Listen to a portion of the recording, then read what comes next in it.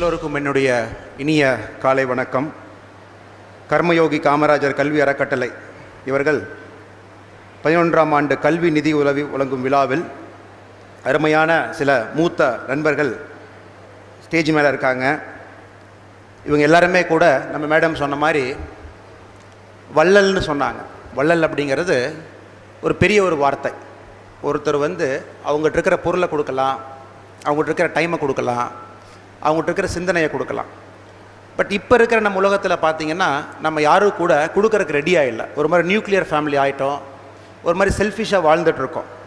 அதில் இந்த மாதிரி ஒரு அறக்கட்டளை ஒரு ஃபங்க்ஷன் பண்ணும்போது அதில் நானும் ஒரு கெஸ்ட்டாக கலந்துக்கும் போது மிகப்பெரிய ஒரு பெருமை. நம்ம ஸ்டேஜ் மேலே நம்ம ஐயா சின்னசாமி அவங்க இருக்காங்க, நம்ம ஆரா ஈஸ்வரமூர்த்தி ஐயா அவங்க இருக்காங்க, மாரப்பன் ஐயா அவங்க இருக்காங்க, சின்னசாமி ஐயா, குணசேகரன் ஐயா, தனபதி அவங்க, மேடம் நம்ம டெப்டி கலெக்டர் நிறைமதி மேடம் அவங்க இருக்காங்க, நிரஞ்சனா அவங்க இருக்காங்க. கீழே பார்த்திங்கன்னா கிட்டத்தட்ட எனக்கு அறிமுகமானவங்கள் எல்லாம் கூட என்னோடய சொந்தக்காரர்கள் நிறையா பேர் இங்கே இருக்காங்க. என்னோடய தந்தை இருக்காங்க, தாய், அக்கா, என்னுடைய பிரதர்கள் எல்லோரும் கூட இருக்கீங்க. அது எல்லாருக்கும் மேலே பொதுமக்கள் ப்ளஸ் மாணவ கண்மணிகள். ஏன் நாம் ஒரு காமராஜருக்கு கர்ம யோகின்னு சொல்கிறோம். யோகி அப்படிங்கிற ஒரு பட்டம் பார்த்திங்கன்னா அது மிகப்பெரிய ஒரு பட்டம். அது யூனியன் ஆஃப் செல்ஃப் அப்படிமோ. அதாவது ஒரு மனுஷன் பிறக்கும்போது ஆத்மாவாக பிறக்கிறான். உங்களுக்கு மேலே பரமாத்மா இருக்குது. சில பேர்த்துக்கு மட்டும்தான் அந்த ஆத்மா ப்ளஸ் பரமாத்மா அந்த லிங்க் கிடைக்கும். அவங்க அதை அடைஞ்சிட்டாங்க அப்படின்னா நம்ம யோகின்னு சொல்லுவோம். யூனியன் ஆஃப் செல்ஃப் அப்படிமோ. அந்த யோகி நிலையை அடையிறதுக்கு பார்த்திங்கன்னா 3-4 வழிமுறைகள் இருக்குது. ஒன்று ஞான மார்க்கம். யாராவது ஒருத்தவங்க நிறையா படிச்சுட்டு நாலேஜில் அந்த இடத்த போய் அடையலாம். இன்னொன்று பக்தி மார்க்கம், ரொம்ப பயங்கரமாக பக்தி ஈடுபாடில் அந்த இடத்த அடையலாம். இன்னொன்று கர்ம மார்க்கான்னு சொல்கிறோம். ஏன் கர்ம யோகி? கர்மா ப்ளஸ் யோகி. கர்ம யோகினா காமராஜரை பார்த்திங்கன்னா 1952 நம்ம சீஃப் மினிஸ்டர் ஆஃப் தமிழ்நாடு. ஏன் அந்த பர்டிகுலர் பாயிண்ட்டை நான் சொல்கிறேன்னா, நிறைய இளைஞர்கள் இருக்கீங்க, யங்ஸ்டர்ஸ் இருக்கீங்க. நம்ம எல்லோரும் கூட இப்போ இருக்கிற அரசியல் தலைவர்களை பார்த்துக்கிட்டு இருக்கோம். ஒரு அரசியல் தலைவன் எப்படி இருக்கிறான் அப்படிங்கிறத இப்போ நம்ம பார்த்துக்கிட்டு இருக்கோம். இப்போ காமராஜரை பற்றி நம்ம எங்கே படித்தா கூட சிம்பிளிசிட்டி பற்றி தான் பேசுகிறாங்க. காமராஜர், ஜீவா, இதெல்லாம் கிளாசிக் உதாரணம். அந்த டைமில் பார்த்திங்கன்னா சிம்பிளிசிட்டி பற்றி பேசுகிறாங்க. பட் காமராஜர் அவர் கர்மயோகி அப்படிங்கிறத பற்றி நான் இங்கே ஒரு சில கருத்துக்களை பதிவு பண்ணுறேங்க. அவர் 1952 நம்ம தமிழ்நாடு சீஃப் மினிஸ்டராக அவர் பதவி ஏற்கும்போது தமிழ்நாட்டில் ஸ்கூலுக்கு போகிறவங்க ஒன்லி 7%. இன்றைக்கி நீங்கள் பார்த்தீங்கன்னா நம்ம எல்லாருமே ஸ்கூலுக்கு போனவங்க. இந்த அறையில் பார்த்தீங்கன்னா கிட்டத்தட்ட ஒரு 80-85 விழுக்காடு நம்ம ஸ்கூலுக்கு போயிருக்கோம், படிச்சிருக்கோம். அதனால தான் உட்காந்துருக்கோம். ஒரு 15% அவங்க ஸ்கூலுக்கு போகலை. பட் காமராஜர் அவர் சீஃப் மினிஸ்டராக சார்ஜ் எடுக்கும்போது 7%, 7% மட்டும்தான் ஸ்கூலுக்கு போகிறாங்க. காமராஜர் அவர் சீஃப் மினிஸ்டராக இருந்து வெளியே வரும்போது அதை 37% ஆக்குறாருங்க. அவரோட டைமில் அவர் சீஃப் மினிஸ்டராக இருக்கும்போது 7% to 37% ஆக்குறார். அதே மாதிரி அவர் சீஃப் மினிஸ்டராக இருந்து வெளியே வரும்போது தமிழ்நாட்டில் பார்த்திங்கன்னா இந்த இரிகேட்டட் லேண்டுன்னு நம்ம சொல்கிறோம். பாசனம் எல்லா இடத்துலையும் ஒரு கால்வாய் மூலமாக சில இது மூலமாக நமக்கு ஒரு விவசாயி நம்மளை பெருமையாக சொல்லிக்கிறோம். கிட்டத்தட்ட 60 லட்சம் ஏக்கர் லேண்டுக்கு அவர் பீரியடில் அவர் சீஃப் மினிஸ்டராக இருக்கும்போது ரஷ்யா, இங்கிலாந்து, அமெரிக்கா, ஆஸ்திரேலியா எல்லா கண்ட்ரிலேருந்து பெஸ்ட் எக்ஸ்பர்ட்ஸ் இந்தியாவில் பார்த்திங்கன்னா வெரி காம்ப்ளிகேட்டட் ப்ராஜெக்ட்ஸ் எக்ஸிக்யூட் பண்ணாங்க. நம்ம ஆலியார் ப்ராஜெக்ட் பரம்பிக்குளம் பார்த்திங்கன்னா 46 லேக் ஏக்கரில் அது ஒரு பாசனம் நடக்குது. வெரி காம்ப்ளிகேட்டட் ப்ராஜெக்ட்டுங்க. அது வேர்ல்டுலேயே 3 ப்ராஜெக்ட் மட்டும்தான் அந்த இரிகேஷன் மாடலில் எக்ஸிக்யூட் பண்ணியிருக்காங்க. நம்ம எல்லாருமே சொல்லுவோம் ஒரு படிக்காத ஒரு மாமனிதர் காமராஜர் அவர். பட் ஸ்கூலுக்கு போகலின்னு சொல்லுவோம். ஆக்சுவலாக அவர் ஸ்கூலுக்கு போனாருங்க. 6வது வயசு வரைக்கும் ஸ்கூலுக்கு போனார். அவர் 6வது வயசு இருக்கும்போது அப்பா இறந்துடுறாரு. அம்மானால் முடியல. அவர் மாமா கூட்டிகிட்டு போய் கடையில் நீ பொட்டணம் போடுப்பாங்கிறார். நான் ஒரு பலசரக்கு கடை வச்சுருக்கேன், கடையில் நீ பொட்டணம் போடுங்கிறார். காமராஜர் அங்கே உட்காந்து பார்த்தீங்கன்னா பொட்டணம் போடுறார் விற்கிறம்போது. அங்கேருந்து அந்த பொட்டணம் போடும்போது வர்ற பேப்பரை படிக்கிறார். அப்போ தான் நம்ம இந்தியன் சுதந்திரம் வாங்கணும்னு சொல்லி எல்லா இடத்துலையும் நம்ம பேசுகிறோம். அப்போ 1919 பார்த்தீங்கன்னா அந்த ஜாலியன் வாலாபாக்னு ஒரு பெரிய ஒரு மேசக்கர் ஜென்ரல் டயர் பண்ணுறான் நம்ம பஞ்சாப்லிங்க, அம்ரிஸ்டர் பக்கத்தில். அது ஒரு மிகப்பெரிய ஒரு ஈடுபாடு. அட் ஏஜ் ஆஃப் 15-16 நீங்களாம் அந்த ஏஜை தாண்டிட்டோம், நம்ம எல்லோரும் கூட தாண்டிட்டோம். அப்போ காமராஜருக்கு ஒரு மிகப்பெரிய ஒரு கோபம், ஒரு ஆதங்கம். நாம் கூட இந்த சுதந்திர போராட்டத்தில் பாடுபண்ணமேன்னு சொல்லிட்டு அட் ஏஜ் ஆஃப் 16 அரசியலில் ஒரு ஆர்வம் அவருக்கு. அதுக்கப்புறம் ரிமைனிங் ஹிஸ்ட்ரி உங்கள் எல்லாத்துக்குமே தெரியும். இதுக்கு படிப்புனால தான் அவர் ஒரு பெரிய ஒரு லிஃப்ட் இரிகேஷன் ஸ்கீம் போட்டாரா? கண்டிப்பாக கிடையாதுங்க. அதை தான் நம்ம சார் ஈஸ்வரமூர்த்தி அவர் சொல்லும்போது சொன்னார், படிப்புனா நம்மக்கிட்ட ஒரு தப்பான ஒரு கண்ணோட்டம் நம்ம இந்தியாவில் ஸ்பெஷலி தமிழ்நாடு எல்லா இடத்துலையும் கூட வந்துருச்சுங்க. படிப்புனா ஒரு டிகிரி வாங்கணும், நம்ம எல்லோரும் கூட ஒரு இடத்துக்கு போகணும், இன்ஜினியர் ஆகணும், டாக்டர் ஆகணும், பிவிஎஸ்சி ஆகணும், பின்னாடி வந்து ஒரு எழுத்து போட்டுக்கணும். இப்போ நீங்கள் போட்டிங்கன்னா இப்போ எனக்கு கூட அண்ணாமலை அப்படின்னு சொல்லும்போது ஐபிஎஸ்ன்னு சொல்கிறாங்க. அது ஆக்சுவலாக பெருமை அப்படின்னு ஒன்று கிடையாதுங்க. அது நீங்கள் ஒரு படித்த ஒரு படிப்பு, பிஇன்னு நீங்கள் படித்த ஒரு படிப்பு. பட் நிறைய இடத்துல என்ன ஆயிடுச்சுன்னா, நீங்கள் படித்த படிப்பு தான் அவங்களோட அடையாளமாக மாறிடுது. ஓ, பிஇ படிச்சிருக்காரு, எம்பிஏ படிச்சிருக்காரு, நல்ல பொண்ணு கொடுக்கலாம், தம்பி பொழைச்சிக்குவார், 2 டிகிரி படிச்சிருக்காரு, தம்பி படிக்கல, ஊரில் விவசாயம் பண்ணுறாரு, நீங்கள் பொண்ணு கொடுத்தீங்கன்னா அவர் வந்து கண்டிப்பாக வந்து சக்ஸஸ் ஆக மாட்டார், பொண்ணு கொடுக்காதீங்க. ஸோ படிப்பு அப்படிங்கிறது கண்டிப்பாக நீங்கள் லைஃப்பில் வந்து சக்ஸஸ் ஆகுறீங்களா அப்படிங்கிறக்கு வந்து எடுத்துக்காட்டு கண்டிப்பாக கிடையாதுங்க. இந்த லாஸ்ட் 30-40 வருஷத்தில் தான் நம்ம படிப்பையும் நம்ம சக்ஸஸையும் மிக்ஸ் பண்ணி ரொம்ப கன்ஃபியூஷனில் ஆரம்பிச்சிட்டோம். ஓ, நிறையா படிச்சுட்டாருன்னா நல்லவன், கண்டிப்பாக கிடையாது. எத்தனையோ படிக்காதவங்க தான் அந்த உலகத்தில் நல்லவங்களாக இருக்காங்க. இப்போ கூட நீங்கள் பெரிய பெரிய ஒரு ஊரில் போய் பார்த்தீங்கன்னா டிராஃபிக் சிக்னலில் பெங்களூரில் வந்து பார்த்தீங்கன்னா 3300 டிராஃபிக் சிக்னல் இருக்குதுங்க. கிட்டத்தட்ட ஒரு நாளைக்கு வந்து 12,000 போலீஸ்காரங்க வந்து டிராஃபிக் சிக்னலில் மட்டும் இருப்பாங்க. நீங்கள் யாரா சிக்னல் அதிகமாக பிரேக் பண்ணுறான், இந்த சிக்னலை பிரேக் பண்ணி போலீஸ்காரன் போய் பிடிச்சி 100 ரூபா 200 ரூபா 300 ரூபா ஃபைன் போடுறவன் பார்த்தீங்கன்னா எல்லாமே பெரிய பெரிய கல்லூரியில் படித்த இன்ஜினியர்ஸ், இன்ஃபோசிஸில் வேலை பார்க்குறான், ஹெச்பியில் வேலை பார்க்குறான், பெரிய பெரிய காலேஜில் வேலை பார்க்குறான். நீங்கள் ஃபைன் போடும்போது கேட்பீங்க, என்ன தம்பி படிச்சிருக்கேன், எங்கே தம்பி வேலை செய்கிற அப்படின்னு. நான் இங்கே வேலை செய்கிறேன் சார். என்னப்பா அவசரம், ஆஃபீஸ்க்கு லேட் ஆச்சு சார், வேகமாக போகிறேன். ஒரு ஸ்கூட்டரில் வந்து தக்காளி பழத்தை வச்சுக்கிட்டு ஏதாச்சும் ஒரு காய்கறியை வச்சுக்கிட்டு அவசரமாக அவனும் மார்க்கெட் போய் விற்கணும். படிக்காத மேதை பார்த்திங்கன்னா எந்த சிக்னலும் பிரேக் பண்ண மாட்டான், எந்த லாவும் வயலேட் பண்ண மாட்டான், ரொம்ப அமைதியாக போவான். அது செகண்டு நம்மகிட்ட இருக்கிற ஒரு தப்பான ஒரு கண்ணோட்டம் வந்து படித்தவங்க எல்லாமே கெட்டவங்க, படித்தவங்க எல்லாமே நல்லவங்க அப்படிங்கிற மாதிரி. இதுக்கெல்லாம் எந்த இதுவுமே கிடையாதுங்க. அவர் சொன்ன மாதிரி நீங்கள் படிக்கிறதுக்கு முன்னாடி ஏன் படிக்கிறீங்க அப்படிங்கிற உங்களுக்கு தெளிவாக ஒரு ஐடியா இருக்கணும். ஒய் ஆர் யூ ஸ்டடியிங், எஜுகேஷன்னா என்ன, ஒரு படிப்புங்கிறது என்ன. எஜுகேஷன் வந்து நம்ம விவேகானந்தர் என்ன சொன்னாருன்னா, every man is born perfect. பிறந்த ஒவ்வொரு மனுஷனுமே பெர்ஃபெக்டாக பிறந்தவன். பிறந்த தினம் எப்போ உங்கள் அம்மா கையில் வந்து உங்களை குழந்தையாக கொடுக்குறாங்களோ அன்றைக்கி நீங்கள் பெர்ஃபெக்ட் ஹியூமன் பீயிங். அதை விட ஒரு ஹியூமன் பீயிங் உலகத்தில் கிடையாதுங்க. பிகாஸ் நீங்கள் வந்து ஆத்மா. எஜுகேஷன்னால தான் மக்கள் கெட்டு போகிறாங்க அப்படிங்கிறது விவேகானந்தர் வந்து எத்தனையோ இடத்துல பதிவு பண்ண ஒரு கருத்து. Education makes a person imperfect. பெர்ஃபெக்டாக பிறந்த ஒரு குழந்தைய வந்து நாம் இம்பெர்ஃபெக்டாக இருக்கிற ஒரு எஜுகேஷன் சிஸ்டமில் அவனை விட்டு அந்த குழந்தை வெளியே வந்து ஒரு மனுஷனாக வெளியே வரும்போது அவன் வந்து இம்பெர்ஃபெக்ட் ஹியூமன் பீயிங் ஆயிடுறான் அப்படின்னு. அப்படின்னா பெர்ஃபெக்ட் எஜுகேஷன்னா என்ன, ஒரு எஜுகேஷன்னா என்னன்னு நீங்கள் கேட்டிங்கன்னா, இப்போ ஜெர்மனி நான் போன வருஷம் ஒரு மாதம் அங்கே போய் தங்கியிருந்தேன். அங்கே கேட்டேன், உங்கள் ஊரில் எவ்வளோ இன்ஜினியர்ஸுங்க இருக்கிறாங்க அப்படின்னு. எங்கள் ஊரில் ரொம்ப கம்மி இன்ஜினியர்ஸுங்க. இப்போ தமிழ்நாடு பார்த்தீங்கன்னா ஒரு வருஷத்துக்கு 1.5 லட்சம் இன்ஜினியர்ஸ் நம்ம ப்ரொடியூஸ் பண்ணுறோம். கர்நாடகாவில் 1.5 லட்சம் ப்ரொடியூஸ் பண்ணுறோம். ஆந்திராவில் 1.5 லட்சம் பண்ணுறோம். இந்தியாவில் மட்டும் பார்த்தீங்கன்னா 9.5 லட்சம் 9.5 லேக் இன்ஜினியர்ஸ், ஆல்மோஸ்ட் 10 லட்சம் இன்ஜினியர்ஸ் நம்ம ப்ரொடியூஸ் பண்ணுறோம். டாக்டர்ஸ் பார்த்தீங்கன்னா 1,30,000 டாக்டர்ஸ் ப்ரொடியூஸ் பண்ணுறோம். ஜெர்மனியில் பார்த்தீங்கன்னா 1300 இன்ஜினியர்ஸ் ப்ரொடியூஸ் பண்ணுறாங்க. ஒரு கண்ட்ரியில் நம்ம 10 லட்சம் இன்ஜினியர்ஸ், ஜெர்மனியில் 1300 பேர், அவ்வளோதான் இன்ஜினியர்ஸ் ஒரு வருஷத்துக்கு. ஏன் வந்து நீங்கள் 1300 பேரை ப்ரொடியூஸ் பண்ணுறீங்க, ஏன் உங்களுக்கு பிரச்சனைன்னு கேட்டால், எங்கள் ஊரில் வந்து இன்ஜினியரிங் படிச்சுட்டுங்க, அதுக்கப்புறம் ப்ராக்டிஸ் ஸ்கூல்னு ஒன்று 3 வருஷம் படிக்கணும். அவனை வந்து கார்பெண்டராக வேலை செய்யணும். நானும் மெக்கானிக்கல் இன்ஜினியருங்க. 3 இயர்ஸ் வந்து நீங்கள் ஸ்கூலில் வந்து ப்ராக்டிஸ் பண்ணணும்.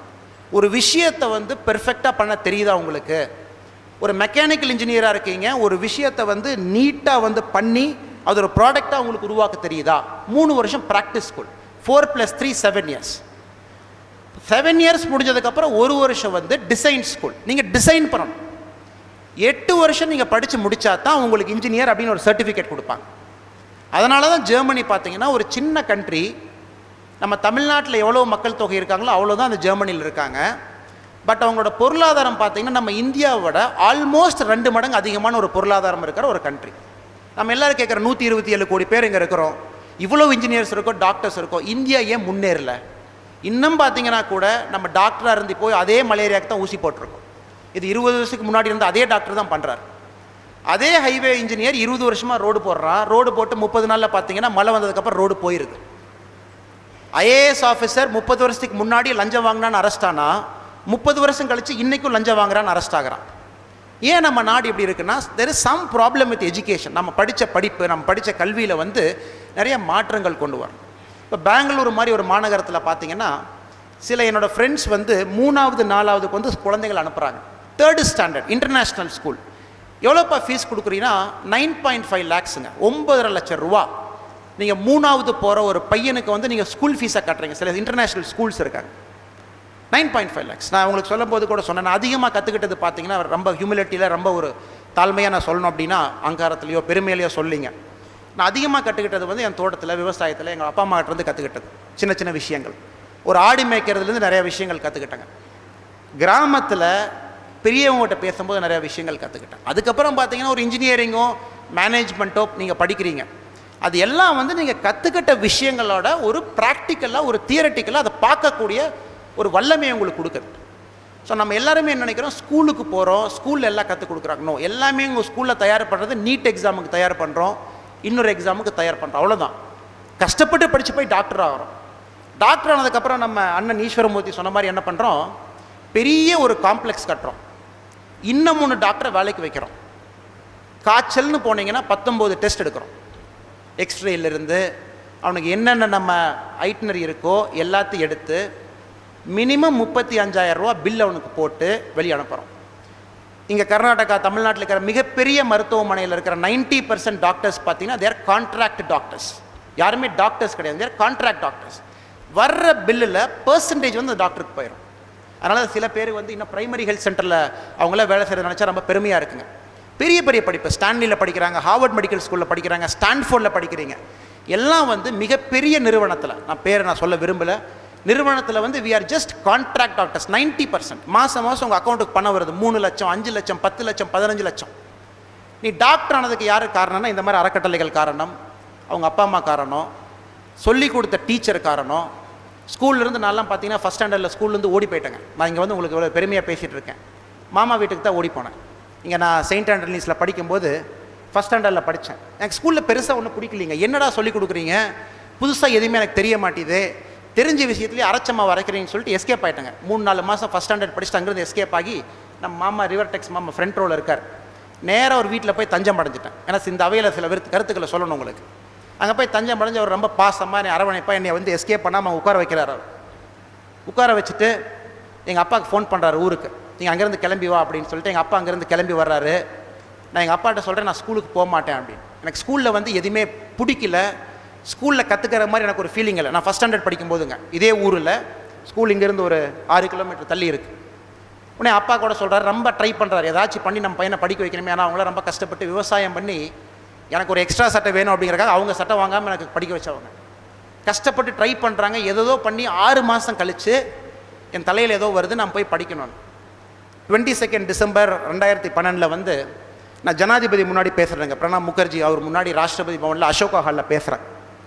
அது வந்து நம்ம ஐபிஎஸ் பேட்சில் வந்து டாப்பர் கொடுக்குற மரியாதை. அது எல்லா ஐபிஎஸ் ஐஏஎஸ் பேட்சில் வந்து யார் பேட்சை டாப் பண்ணுறாங்களோ அவங்க வந்து ஜனாதிபதி முன்னாடி பேசணுங்க. ஸோ என்னோடய பேட்ச் டாப்பர் நான். ஸோ ஜனாதிபதி முன்னாடி நீங்கள் போய் பேசுங்க. அது நீங்கள் யூடியூப்பில் கூட அந்த வீடியோவை பார்க்கலாம். ஒரு 37 நிமிஷம் நான் அதில் பேசியிருப்பேன். நம்ம பிரணாப் முகர்ஜி உட்காந்து கேட்டிருப்பார் நான் பேசினதுங்க. பேசி முடித்ததுக்கப்புறம் நான் சொன்னேன், இன்றைக்கி நான் ரொம்ப பெருமைப்படுறேன் அப்படின்னாங்க, இந்தியாவில் ரொம்ப புனிதமான இடம் வந்து ஒரு ராஷ்டிரபதி பவன், அதுலேயும் புனிதமான இடம் வந்து அசோகா ஹால், அதுலேயும் புனிதமான இடம் வந்து நம்ம ஜனாதிபதி முன்னாடி நீங்கள் நிற்கிற அந்த ஆப்பர்ச்சுனிட்டி. எங்கேயோ ஒரு கிராமத்தில் பிறந்து விவசாயத்தில் வளர்ந்து விவசாயத்தில் எனக்கு அவங்க ஃபீஸ் கட்டி இந்தியாவில் இருக்கிற பெஸ்ட்டு காலேஜஸ்லாம் படித்து நான் உங்கள் முன்னாடி நான் பேசுகிறேன்னா பெருமைங்க, எனக்கு ரொம்ப பெருமையாக இருக்குது எனக்கு அப்படின்னு சொன்னாங்க. அப்போ நான் நினச்சிக்கிட்டேன், இவங்கெல்லாம் ஃபோர்ஸ் பண்ணி நம்மளை ஸ்கூலுக்கு அனுப்பலின்னா நம்ம என்ன பண்ணிகிட்டு இருந்திருப்போம் அப்படின்னு. என்னோடய மாமா, என்னுடைய தந்தை, என்னுடைய தாய், என்னுடைய ரிவர் டெக்ஸ் மாமா, இவங்கெல்லாம் சேர்ந்து என்னை கன்வின்ஸ் பண்ணி திரும்ப வந்து ஸ்கூலில் வர்றாங்க. 5வது 6வதுக்கு மேலே தான் படிப்பு மேலே எனக்கு ஒரு ஈடுபாடு வருது. படிப்புனா வந்து நம்மளோட வாழ்க்கை தரத்தை வந்து உயர்த்துறக்கு ஒரு ஆப்பர்ச்சுனிட்டி. இன்ஜினியரிங் போகும்போது ஃபஸ்ட்டு ஒரு 2வது வருஷம் படிக்கும்போது ஒரு தாட் வருது, நம்ம இவ்வளோ தூரம் வந்துட்டோம், சாப்பாட்டுக்கு நம்ம கஷ்டம் இல்லை, 3 வேளை சாப்பாடு கிடைக்குது நமக்கு, ஏன் நம்ம ரிஸ்க் எடுக்கக்கூடாதுன்னு சொல்லிட்டுங்க இன்ஜினியரிங் முடித்த உடனே நான் வேலைக்கு போக மாட்டேன் அப்படின்னு. ஸோ நம்ம அதுவும் பார்த்திங்கன்னா அப்போ நான் பேட்ச் டாப்பராக தான் இருந்தேன். டாடா கன்சல்டன்சி சர்வீசஸ் வந்து எனக்கு ஒரு வேலை கொடுத்தாங்க, நான் வேலைக்கு போகலை அப்படின்னு. அப்பா கூட என் மேலே ஒரு கோவம், ஏன் வேலைக்கு போகலை அப்படின்னு. நான் சொன்னேன், எனக்கு ஒரு குழப்பமாக இருக்கேன், நானும் வேலைக்கு போய் நானும் இன்ஜினியராக சேர்ந்து நானும் பெங்களூருக்கு போய் ஃப்ளாட் வாங்கி கார் வாங்கி கல்யாணம் பண்ணிக்கிட்டு இப்படி இருக்கிற வாழ்க்கை எனக்கு பிடிக்கல, எனக்கு ஒரு வருஷம் டைம் கொடுங்க, நான் கொஞ்சம் சிந்திச்சு பார்க்கணும், லைஃப்பில் எனக்கு என்ன வேணும்னு சிந்திக்கிறதுக்கு எனக்கு 1 வருஷம் டைம் கொடுங்க. ஏன்னா நம்மளாம் கிராமத்தில் பிறந்தவங்க, 15 வயசில் 16 வயசில் நமக்குலாம் மெச்சூரிட்டி இருக்காது நம்ம எல்லாத்துக்கும் கூட. நான் இன்ஜினியரிங் முடிச்சதுக்கப்புறம் 1 வருஷம் பிரேக் எடுத்தேன். எனக்கு அந்த 1 வருஷம் எனக்கு ரொம்ப இம்பார்ட்டன்ட் இயர், எனக்கு கொடுங்க அப்படின்னு சொல்லிட்டு.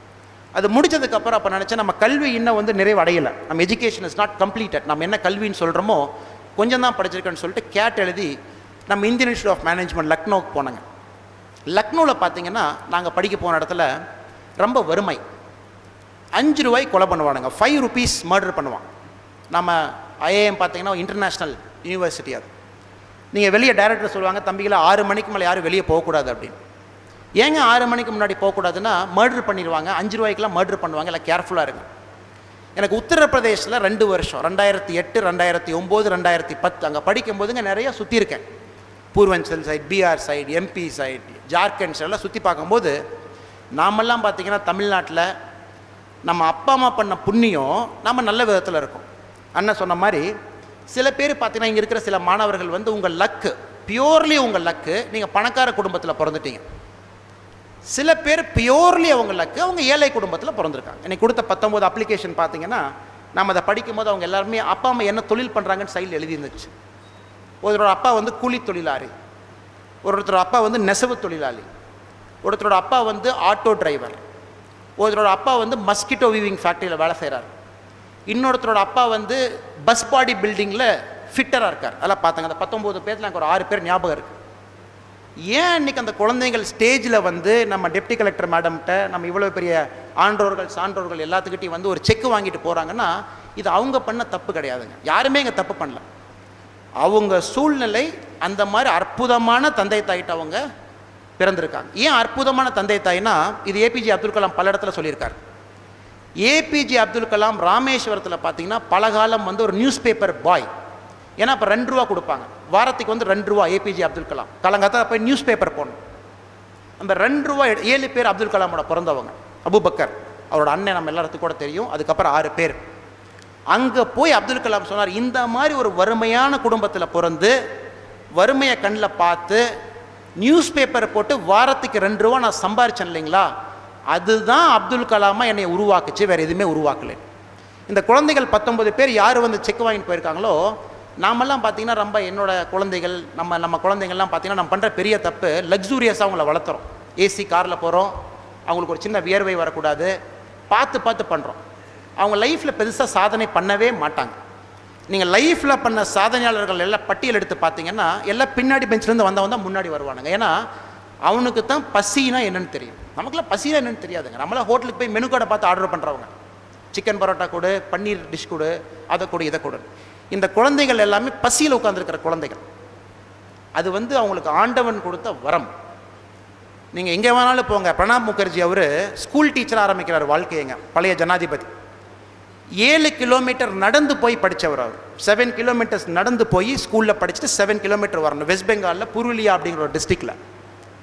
அவர் வந்து நம்ம இந்தியாவில் பார்த்தீங்கன்னா ரொம்ப உன்னதமான ஒரு பதவி, ஜனாதிபதி ஆகிட்டார். எகே நம்ம பிரதமர் நரேந்திர மோடி ஆகிட்டிங்கன்னா tea seller, Vadodara railway station, இன்றைக்கி பார்த்தீங்கன்னா பிரைம் மினிஸ்டர் ஆஃப் இந்தியா. இப்போ இருக்கிற பிரசிடென்ட் ராம்நாத் கோவிந்த் எடுத்துக்கிட்டிங்கன்னா கூட மிக பிற்படுத்தப்பட்ட சமுதாயத்தில் மிக பிற்படுத்தப்பட்ட ஒரு ஸ்டேட்டில் பிறந்தவர் நம்ம ஜனாதிபதி. இவங்களுக்கெல்லாம் காமனாக போய் ஏன் நீங்கள் சக்ஸஸ் ஆனீங்கன்னா எல்லாருமே சொல்கிறது நான் வறுமையை பார்த்தனால தான் நான் சக்ஸஸ் ஆனேன். ஸோ இந்த குழந்தைங்களெல்லாம் ரொம்ப பெரிய ஆளுகளாக வருவாங்க, அதில் டவுட்டே எனக்கு கிடையாதுங்க. நீங்கள் 19 பேர் இதுக்கு முன்னாடி நீங்கள் என்னெல்லாம் அறக்கட்டளை வாங்கியிருக்கீங்களோ இது ஆண்டவன் உங்களுக்கு கொடுத்த படிப்பு. இது வந்து விலை மதிப்பில்லாத படிப்பு. இதுக்கு வந்து குரோரெல்லாம் போட முடியாதுங்க. நீங்களாம் பெரிய ஆளாக வருவீங்க, ரிஸ்க் எடுங்க, கண்டிப்பாக ரிஸ்க் எடுங்க. ஸோ உங்களுக்கு எஜுகேஷனோட உண்மையான வேல்யூ தெரியும். படிச்சுட்டு தயவு செஞ்சு நீங்கள் ஒரு லெவலுக்கு வந்தாச்சு, ரிஸ்க் எடுங்க. இப்போ இந்தியா பார்த்தீங்கன்னா இட்ஸ் a $2.7 trillion எக்கானமி. இப்போ கரூர் பாருங்கள், இந்த மேடையில் இருக்கவங்களாம் ரொம்ப சிம்பிளான ஆளுங்க. இந்த கரூருக்கு இருக்கிற பெருமை அது. வெள்ளை வேட்டி வெள்ளை சட்டை, அதுவும் பார்த்தீங்கன்னா பழைய வெள்ளை வேட்டி பழைய வெள்ளை சட்டை, அது வெளுத்து போட்டிருப்பாங்க. நீங்கள் கொஞ்சம் உட்காந்து பேசிட்டிங்கன்னா 10 பஸ் ஓடும், ஒரு 1000 பேர்த்துக்கு வேலை கொடுப்பாங்க, ஒரு 2000 பேர்த்துக்கு வேலை கொடுப்பாங்க. இது கரூருக்கு இருக்கிற பெருமை. அதனால தான் பார்த்தீங்கன்னா கரூர் வந்து தமிழ்நாட்டோட ஃபினான்ஷியல் நர்வ் சென்டர். இது ஒரு ஃபினான்ஷியல் டைனமைட். எலெக்ஷன் கமிஷனில் ஒரு மீட்டிங் நடக்கும்போது ஆல் இந்தியா லெவல் மீட்டிங்கில் கரூரை பற்றி பேசுவாங்க, பணப்புழக்கத்தை பற்றிங்க. டெல்லியில் பேசுவாங்க, தமிழ்நாட்டில் கரூர் கொஞ்சம் கேர்ஃபுல்லாக இருக்கணும், நாம அது பணம் புழங்குற ஊர் அப்படின்னு. இது பல முதலாளிகள், பல பிஸ்னஸ் பீப்புள், பல மேக்னட்ஸ் உருவாக்குனது. பட் இந்த ஊரோட மண், இந்த ஊரோட தண்ணியோட பெருமை வந்து சிம்பிளிசிட்டி. அவங்க எவ்வளோ பெரிய ஆளுகளாக இருந்தால் கூட வெள்ளை வேட்டி, அந்த துண்டு, அந்த சட்டை அதான் போட்டிருப்பாங்க. அந்த மாதிரி ஊரில் நீங்கள்லாம் பிறந்தது இன்னொரு பெருமை. இது வேறு ஊருக்கு இந்த இந்த இந்த சிறப்பு கிடையாது. இது ஃபினான்ஷியல் நர்வ் சென்டர். நிறைய பேர் சொல்லுவாங்க, நான் என்னங்க கரூரில் பண்ணுறேங்கன்னா, இப்போதைக்கு பார்த்தீங்கன்னா ஃபினான்ஷியல் தொழில் ஒரு பெரிய ஒரு தொழில். நம்ம கரூரில் வந்து நம்ம முன்னாடி இருக்கவங்க ஃபினான்ஷியல் தொழில் பண்ணிட்டு இருக்காங்க ஈரோட்டில். அவங்க வந்து அவங்க 2 பேரும் கணவன் ப்ளஸ் மனைவி வருஷத்துக்கு 7 பேர்த்துக்கு இங்கே வந்து படிக்க வைக்கிறாங்க. அவங்க வந்து 7 செக் எனக்கு கொடுத்துருக்காங்க. பேரே இல்லாமல் 7 பேர்த்த படிக்க வைக்கிறாங்க. நீங்கள் எல்லா இடத்துலையும் கேட்டிங்கன்னா இந்த பல்லவட்டி, கரூர், அக்ராஸ் இந்தியா, நாகாலாந்து, ஜம்மு அண்ட் காஷ்மீர், ராஜஸ்தானில் Pali, Kanyakumari, north, east, west, south எல்லா பக்கம் போனீங்கன்னா கரூர்லேருந்து அந்த ஃபினான்ஸ் அப்படிங்கிறது ஆரிஜினேட் ஆகிருக்குங்க. நான் எல்லா மீட்டிங்கில் கூட ரொம்ப பெருமையாக பேசுகிறது, ஃபினான்ஸுங்கிறது எங்கள் ஊர்லேருந்து ஆரிஜினேட் ஆச்சுன்னு. என்ன காரணம்னா, பேங்க் வந்து ஒருத்தனுக்கு பணம் கொடுக்கறதுக்கு ரெடி இல்லை. அவங்கள்ட்ட ஒன்றுமே கிடையாது. ஒரு வீட்டில் வந்து தனி மனுஷனாக இருக்கிற ஒரு மனுஷனுக்கு வந்து நீங்கள் போய் பணம் கொடுத்து தொழில் பண்ணுறா, நான் இருக்கேன், எனக்கு நீ 1000 ரூபா கொடுக்குறேன், நீ 10 வாரமாக பிரித்து கட்டுன்னு சொல்கிறீங்க இல்லைங்களா, அதுக்கு ஒரு தைரியம் வேணும் ஃபஸ்ட்டு. அது இந்த ஊர் மக்களுக்கு அந்த தைரியம் இருக்குது. செகண்ட் வந்து பணத்தை வந்து நீங்கள் வந்து நாங்கள் மணி சர்க்குலேஷன் சொல்லுவோம். It's called velocity of money. நீங்கள் ஹார்வர்ட் போனீங்க, ஸ்டான்ஃபோர்ட் போனீங்கன்னா there is something called velocity of money. எந்த ஊரில் வந்து பணம் வேகமாக சுற்றுதோ அந்த ஊர் வந்து பொருளாதாரத்தில் முன்னாடி போங்க. இப்போ கரூரோட வெலாசிட்டி பார்த்தீங்கன்னா 5 இருக்குது. அதாவது ஒரு பணம் வந்து every 5 days it will circulate. இப்போ டெல்லியில் பார்த்தீங்கன்னா 2.1 2 நாளைக்கு ஒருக்கா சர்க்குலேட் ஆகும். ஸோ கரூர் வந்து financial velocity is very high. So அது ஒரு பெருமை. இந்த ஊர் வந்து பார்த்திங்கன்னா ஃபினான்ஸ் தொழில் வந்து அக்ராஸ் இந்தியாவில் கொடுத்துருக்கு. இதே தொழிலை வந்து கௌரவமாக நாம் சொல்லணும்னா மைக்ரோ ஃபினான்ஸ் அப்படின்னு சொல்கிறோம் இந்தியாவில். என்னோட ஐஏஎம் லக்னோவில் படித்த பாதி பேர் பார்த்திங்கன்னா மைக்ரோ ஃபினான்ஸில் தான் வேலை செய்கிறாங்க. ஸோ அது இன்னொரு பெருமை. நீங்கள் எல்லாமே இங்கே பிறந்திருக்கிறீங்க, உங்களுக்கு எல்லாமே இங்கே இருக்குது. இப்போ இந்தியாவில் வந்து உங்களுக்கு நெக்ஸ்ட்டு நான் ஒரு லாஸ்ட் 10 நிமிஷம் பேசணும் அப்படின்னா, நீங்கள் என்ன ரிஸ்க் எடுக்கணும், நெக்ஸ்ட்டு 10 வருஷம் நான் என்ன பண்ணணும் சார். நான் இன்ஜினியரிங் போகும்போது எல்லாருமே வந்து இசிஇன்னு எடுப்பாங்க, எலக்ட்ரானிக்ஸ் அண்ட் கம்யூனிகேஷன் இன்ஜினியர்னு எடுப்பாங்க. ஏன்னா இப்போ அதான் டாப். 2002 2007 நான் படித்து முடிக்கும்போது mechanical top, 2010 computer science top, 2015 civil engineering top. குழந்தைங்களாம் நிறைய பேர் 12th வந்து யோசிச்சுட்டு இருப்பீங்க நம்ம என்ன படிக்கலான்னு. இது பார்த்தீங்கன்னா எவ்ரி 5 years உங்களோட படிப்பே சேஞ்ச் ஆகிட்டு இருக்கு. இந்தியாவில் எஜுகேஷன் அப்படிங்கிறது லீடிங் இண்டிகேட்டர் இல்லைங்க, லேகிங் இண்டிகேட்டர். அதாவது இண்டஸ்ட்ரி மாறினதுக்கப்புறம் நம்ம எஜுகேஷன் மாறுது. வேறு கண்ட்ரியில் யூரோப்பில் பார்த்தீங்கன்னா எஜுகேஷன் மாறினதுக்கப்புறம் இண்டஸ்ட்ரி மாறும். இந்தியாவில் இண்டஸ்ட்ரி மாறினதுக்கப்புறம் எஜுகேஷன் மாறுது. ஸோ உங்களுக்கு எந்த குழப்பமே வேண்டாம். என்ன படிக்கணும் அப்படிங்கிற குழப்பம் உங்களுக்கு தயவு செஞ்சு வேண்டாம். என்ன நீங்கள் படிச்சிங்கன்னா கூட 80% ஆஃப் சப்ஜெக்ட்ஸ் வெரி காமன். அதில் பெரிய டிஃப்ரென்ஸே இல்லை. நீங்கள் சிவில் இன்ஜினியரிங் படிக்கிறீங்க, மெக்கானிக்கல் படிக்கிறீங்க, டாக்டர் கொஞ்சம் ஸ்பெஷலைஸ்டாக இருக்குது, என்ன படிச்சிங்கன்னா கூட 80% இஸ் காமன். உங்களுக்கு என்ன வேணும், நல்லா பேச தெரிஞ்சிருக்கணும். இப்போ இருக்கிற இந்தியாவில் மினிமம் 3 மொழி பேசணும். ஆளுமை திறன் வேணும். ஒரு 10 பேர் இருந்தால் கூட வேலை வாங்குகிற கெப்பாசிட்டி உங்களுக்கு இருக்கணும்.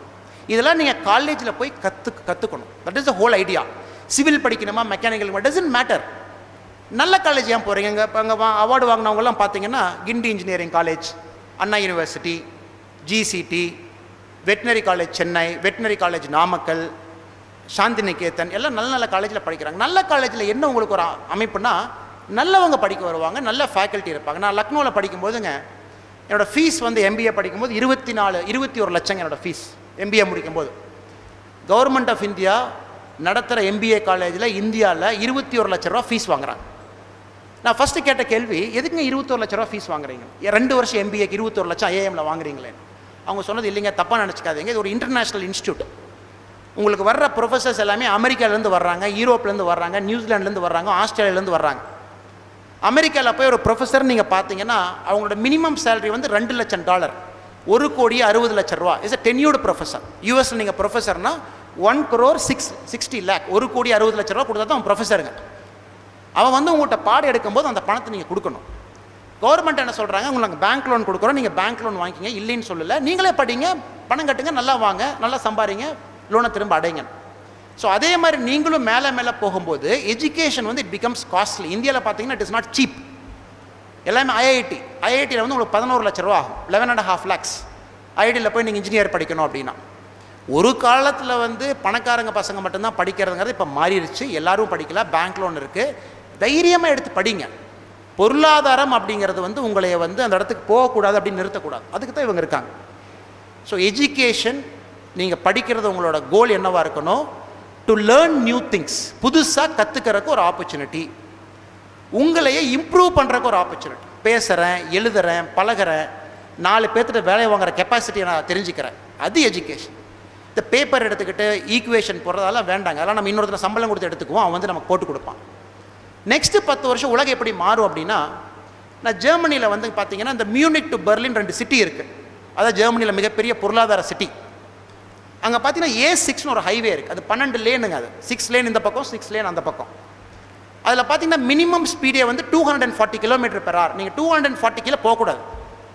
நீங்கள் இந்தியாவிலேருந்து போகிறீங்க, you take a car and taxi எடுத்துக்கிறீங்க, நமக்கெல்லாம் 100க்கு மேலே நீங்கள் அழுத்துனீங்கன்னாவே நம்ம இந்தியாவில் வந்து ஐயோ கார் ஆடுமே, பயமாக இருக்குது, நம்ம போய் ஆக்சிடென்ட் ஆகிட்டோம்னா என்ன பண்ணுறது, பிரேக் பிடிக்குமா, ஏன்னா நம்ம ஊர் கல்ச்சரில் நம்ம வளர்ந்தவங்க. அங்கே நாங்கள் ஒரு கார் வாடகை கார் எடுத்துகிட்டு போகும்போது டிரைவர் சொன்னது, என்ன சார் ஸ்லோவாக போகிறீங்க லேனில், அழுத்துங்க சார் 180, 220, 240, 260 டச் பண்ணுறவங்க அந்த ஹைவேல. கிட்டத்தட்ட 600 கிலோமீட்டர் 2 மணி நேரம் 20 நிமிஷத்தில் கவர் பண்ணுறாங்க. 2.5 hours 2.5 மணி நேரத்தில் 600 கிலோமீட்டர் கவர் பண்ணி ரீச் ஆகிறோம். அப்போ தான் தெரிஞ்சுது ஒரு வளர்ந்த ஒரு நாடுனா எப்படி இருக்கணும் அப்படின்னு.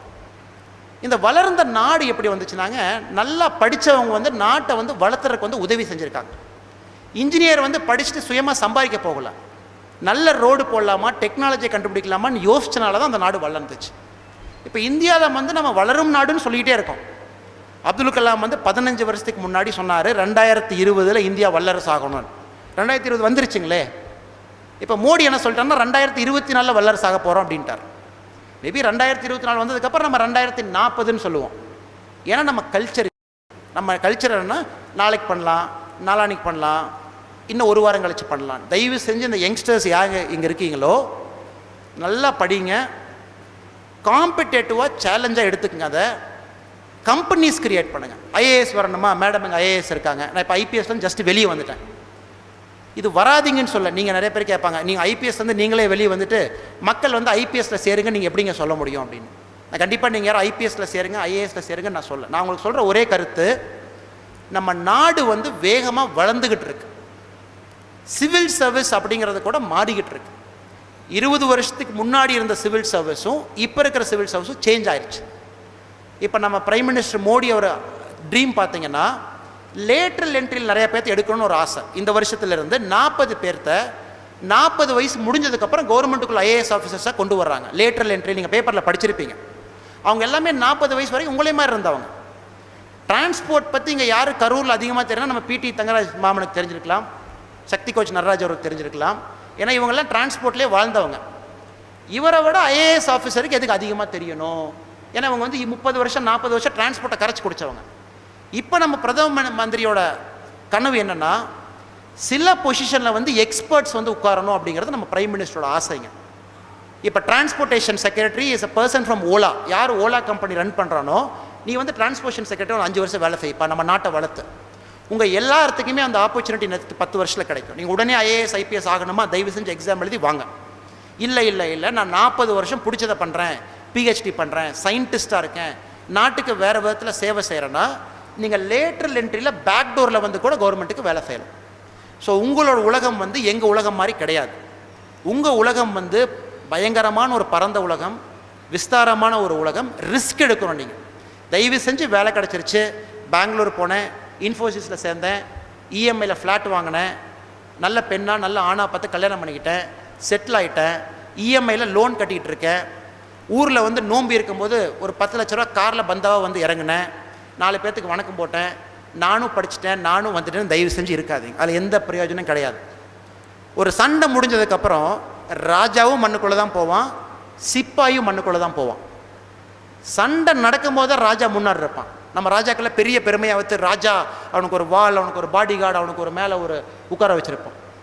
பட் அந்த வாரில் வந்து ராஜா இறந்ததுக்கப்புறம் நம்ம மண்ணுக்குள்ளே தான் போகணும். செஸ்ஸில் பார்த்தீங்கன்னா ஒரு பாக்ஸ்குள்ளே சிப்பாய் அதே பாக்ஸ்குள்ளே தான் போகிறான், ராணி அதே பாக்ஸ்குள்ளே தான் போகிறாங்க, ராஜாவும் அதே பாக்ஸ்குள்ளே தான் போகிறாங்க. உங்கள் எல்லாத்துக்கிட்டையுமே ஹியூமிலிட்டி இருக்கட்டும், தன்னடக்கம் இருக்கட்டும். அது கரூர் மண்ணில், இந்த அமராவதி ஆற்றுல, காவேரி பாசனத்தில், நாமெல்லாம் சாப்பிட்ற சாப்பாட்டில் அது உள்ளே நம்ம கூட வந்துருச்சுங்க. அது ஹியூமிலிட்டி, தன்னடக்கம். லைஃப்பில் என்னோட மிக மிக ஒரு சிறந்த ஒரு நண்பர், உயிர் நண்பர் வந்து ஒரு வாரத்துக்கு முன்னாடி இறந்துட்டார். காஃபி டே சித்தார்த்துன்னு சொல்லிட்டு நீங்கள் எல்லாம் பேப்பரில் படிச்சிருப்பீங்க. அது ரொம்ப பரவலாக பேசப்பட்ட ஒரு நியூஸ். காஃபி டேவோட அதிபர், 14,000 கோடி சொத்து இருக்கும் ஒரு மனுஷன், 8,000 கோடி ரூபா கடன் இருக்குது, அவர் இறந்து போயிட்டார், சூசைட் பண்ணிக்கிட்டார் அப்படின்னு. எனக்கு அவர் ரொம்ப பர்சனலாக பழக்கம். இறந்து போகிற கொஞ்ச நாள் முன்னாடி கூட நாங்கள் ஒரு 3.5 மணி நேரம் உட்காந்து வேறு ஏதோ ஒரு பிஸ்னஸ் ஆப்பர்ச்சுனிட்டி பற்றி பேசிக்கிட்டு இருந்தோம். அந்த மனுஷன் இறந்த அன்னைக்கு பார்த்தீங்கன்னா ஒரு தோட்டத்தில் வந்து அடக்கம் பண்ணுறாங்க. 1,00,000 பேர் வந்திருந்தாங்க. அவரோட லாஸ்ட் இதுக்கு 1,00,000 பேர் வந்தாங்க. 1,00,000 பேர்த்தில் 99,050 பேர் பார்த்தீங்கன்னா அவர் எஸ்டேட் தோட்டத்தில் வேலை செய்கிற கூலி தொழிலாளர்கள். ஒரு 50 பேர் தான் நம்மளை மாதிரி படித்த மேதைகள் நாமளே சொல்லிக்கிறோம் இல்லைங்களா, அந்த மாதிரி ஆளுங்க. எங்களை மாதிரி ஒரு 50 பேர் நாங்கள் இருந்தோம். 99,000 பேர் எஸ்டேட்டில் வேலை செய்கிற. ஏன்னா அவர்கிட்ட 35,000 ஏக்கர் எஸ்டேட் இருக்கேன், 35,000 ஏக்கர் எஸ்டேட் வச்சுருக்காரு. அவர் பிறக்கும்போது ரொம்ப நார்மலான ஒரு ஃபேமிலியில் பிறந்தவர். எல்லாரும் வந்து என்ன சொன்னார்னா, ஒரு மகான் இறந்துட்டாருங்க, ஒரு புனிதமான மனுஷன் இறந்துட்டாருங்க, காந்தி இறந்துட்டாருங்க, தங்கமானவர் இறந்துட்டாரு பாருங்க. யாருமே வந்து 14,000 கோடி இறந்துட்டாரு பாருங்க, காஃபி டே ஓனர் இறந்துட்டாரு பாருன்னு சொல்ல. ஏன்னா அந்த மாதிரி ஒரு வாழ்க்கையை வாழ்ந்தவர். 60 வருஷம் பார்த்தீங்கன்னா அந்த மாதிரி அவர் வந்து ஒரு மக்களுக்கு கொடுத்து ஒரு பெரிய ஒரு வள்ளலா நிறைய பேர்த்த படிக்க வச்சு, சிக்மங்களூரில் he runs a free hospital. Chikmagalur ஒரு ஹாஸ்பிட்டல் ரன் பண்ணுறாரு. அந்த ஹாஸ்பிட்டலில் கேஷ் கவுண்டரே கிடையாதுங்க. அந்த ஹாஸ்பிட்டலில் பில்லிங் கவுண்டரே இல்லை. வருஷத்துக்கு 6 கோடி ரூபா செலவு பண்ணுறாரு. எந்த மக்கள் யார் வேணாலும் சிக்மங்களூர் மக்கள் அந்த ஹாஸ்பிட்டல் போய் என்ன ட்ரீட்மெண்ட் வேணுமோ எடுத்துகிட்டு வரலாம். கேஷ் கவுண்டர் கிடையாது. 6 கோடி ரூபா இவர் ட்ரஸ்ட்லேருந்து கொடுக்குறாரு. ஸ்கூல் நடத்துகிறார். 1,500 பேர்த்துக்கு மேலே ஃபீஸ் கட்டுறாருங்க வருஷத்துக்கு. அவர் வள்ளல், அவர் பெரிய ஒரு மனுஷன். இறக்கும்போது நம்ம யாருமே பணத்தை பற்றி பேசலாம். நம்ம எல்லாருமே பேசினது அந்த மனுஷனோட குவாலிட்டி பற்றி தான் பேசணும். இது தன்னடக்கத்தில் வர்றது. நீங்கள் எல்லாரும் கூட இப்போ இருக்கிற யங்கர் ஜென்ரேஷன் நம்ம எல்லோரும் கொஞ்சம் தன்னடக்கம் கொஞ்சம் ரொம்ப குறைவாக இருக்குது. இது நான் பார்த்தது, போலீஸாக இருந்து பார்த்தது, நிறைய விஷயங்கள் பார்க்குறோம். கொஞ்சம் பணம் சம்பாரிச்சோடனே அந்த பெருமை அப்படிங்கிறது நமக்கு வந்துடுது. தயவு செஞ்சு நீங்கள் யாரும் அதுக்குள்ளே போகக்கூடாது. தன்னடக்கம் இருக்க உங்களுக்கு தம்மான்னு சொல்லுவோம். புத்தா அவர் வந்து தம்மான்னு சொல்கிறார், யூனிவர்சல் ஆஃப் நேச்சர். நேச்சரே உங்களுக்கு ஹெல்ப் பண்ணும் இன்னும் மேலே போகிறதுக்கு. மேலே போனதுக்கப்புறம் தன்னடக்கம் இருக்கா, உங்களுக்கு நேச்சரே ஹெல்ப் பண்ணி இன்னும் மேலே புஷ் பண்ணும். இன்னும் தன்னடக்கம் இருக்கா, மேலே மேலே போவீங்க. ஸோ இதையும் தயவு செஞ்சு கற்றுக்குங்க, ரிஸ்க் எடுங்க. 2030 நம்ம எல்லாம் இந்த மேடையில் கண்டிப்பாக இருப்போம். அன்றைக்கி வந்து பார்த்திங்கன்னா நம்ம கர்மயோகி காமராஜர் கல்வி அறக்கட்டளையோட 22வது வருஷத்தோட ஃபங்க்ஷன் நடக்கும் 2030. இப்போ இருந்து 11 வருஷம் கழிச்சு. அன்னைக்கு நீங்கள் இந்தியாவை யோசித்து பார்த்தீங்கன்னா இப்போ இது $2.7 trillion எக்கானமிங்க. இது வந்து ஒரு கேஷாக சொல்லணும் அப்படின்னா 40 லட்சம் கோடி நம்மளோட பொருளாதார வளர்ச்சி இப்போ இந்தியாவில். 2030 நாமெல்லாம் ஸ்டேஜில் வந்து மேடம் அப்போ IAS ஆஃபீஸராக இருப்பாங்க, கலெக்டராக இருப்பாங்க. நம்மெல்லாம் வந்து இதே மேடையில் உட்காந்து நம்ம பேசும்போது இந்தியாவோட பொருளாதாரம் வந்து இது கம்பேர் பண்ணும்போது 4 மடங்கு இருக்குங்க. 4 டைம்ஸ் இருக்க போகுது. நீங்கள் வேணும்னு சொல்லுங்கள், வேண்டான்னு சொல்லுங்கள், அது நடந்தே தீரும். அதில் வந்து நீங்கள் வேல்யூ கிரியேட் பண்ண முடியுமா அப்படிங்கிறது தான் உங்கள் சிந்தனையாக இருக்கும். 40 லட்சம் கோடி இப்போ இருக்குது. 11 வருஷத்தில் நீங்கள் எல்லாமே பெரிய ஆட்கள் ஆயிடுவீங்க. திரும்ப இதே கொங்கு மண்டபத்துக்கு நீங்கள் வருவீங்க. நம்ம இந்தியன் பொருளாதாரம் 3 டைம்ஸ் ஆக போகுது. 3 டைம்ஸ் எல்லாம் பெருசாக போகுது. ரோடு பெருசாக போகுது, டிரைவர்லெஸ் கார் வரப்போகுது, காருக்கு டிரைவர் இருக்க மாட்டாங்க. இப்போ ஆல்ரெடி ஏர்டெல் பார்த்தீங்கன்னா அந்த டெலிஃபோன் டவரில் ரிமூவ் பண்ணி ப்ராஜெக்ட் லூன் பண்ணிட்டு இருக்காங்க. பலூனில் வந்து சிக்னல் அனுப்பிச்சிட்டு இருக்காங்க. தேர் ரிமூவிங் ஆல் டெலிஃபோன் டவர்ஸ். பலூனில் வந்து பாசிங் சிக்னல் பண்ணிகிட்டு இருக்கான். நம்ம பாடிக்குள்ளே சின்ன சின்ன கேப்சூல்ஸ் அனுப்புகிறோம். ரோபோட் மாதிரி உள்ளே போய் அதே வந்து மருந்து கொடுக்குது. கேன்சரா அந்த இடத்துக்கு மட்டும் ரோபோ போய் மருந்து போடுது. உலகம் வேகமாக மாறிக்கிட்டு இருக்கு. தயவு செஞ்சு நாம் வந்து பழம்பெருமைகளை பேசிக்கிட்டு எங்கள் அப்பா அப்படி, எங்கள் ஊர் அப்படி, எங்கள் தாத்தா அப்படி, எங்கள் ஊர் அப்படின்னு நம்ம இருக்கக்கூடாது. புது இந்தியாவில் வந்து நீங்களும் சேர்ந்துக்கணும் அப்படின்னா சில விஷயத்தை விடணும். அதனால தான் நானும் போலீஸ் சர்வீஸை விட்டேங்க. எனக்கு அது புது இந்தியா மேலே பெரிய ஒரு நம்பிக்கை இருக்குது. என் டார்கெட்டே வந்து நெக்ஸ்ட்டு 15 வருஷம். இப்போ நம்ம ஒரு ஸ்டேட்டில் ஒரு மாவட்டத்தில் வேலை செய்கிறோம். நமக்கு இந்தியா லெவலில் ஒரு ஆப்பர்ச்சுனிட்டி கிடைக்குமா? 3-4 மாவட்டத்துக்கு சேர்த்து ஒரு ஆப்பர்ச்சுனிட்டி கிடைக்கும். ஆனால் பெருமைன்னு சொல்ல அதை கர்வம்னு நான் கண்டிப்பாக சொல்ல மாட்டேன். என்னை பொறுத்த வரைக்கும் நமக்கு டேலண்ட் இருக்குது, ஸ்கில் இருக்குது. ஏன் நம்ம ரிஸ்க் எடுத்து இன்னும் கொஞ்சம் பெருசாக நம்ம சிந்திக்கக்கூடாதுன்னு. நீங்கள் எல்லோரும் கண்டிப்பாக அதே மாதிரி சிந்திங்க. ஐபிஎஸ் விட்டுட்டேன்னு பயப்படாதீங்க. இப்போ நான் இன்னுமே கிடையாது, எந்த வேலையும் கிடையாது.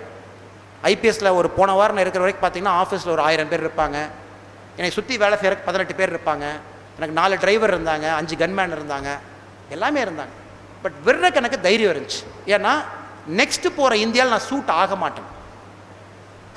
பழம்பெருமைகள் பேசிக்கிட்டு இந்தியா அந்த ஸ்பீடில் போகுது, நான் கடைக்கோடியாக இருக்குன்னு சொல்லிட்டு நீங்களும் தயவு செஞ்சு யோசித்து கெரியரை செலக்ட் பண்ணுங்கள். ஐஏஎஸ் ஐபிஎஸ் ஆகுங்க, ஃபென்டாஸ்டிக், நல்லா சேவை பண்ணுங்கள்.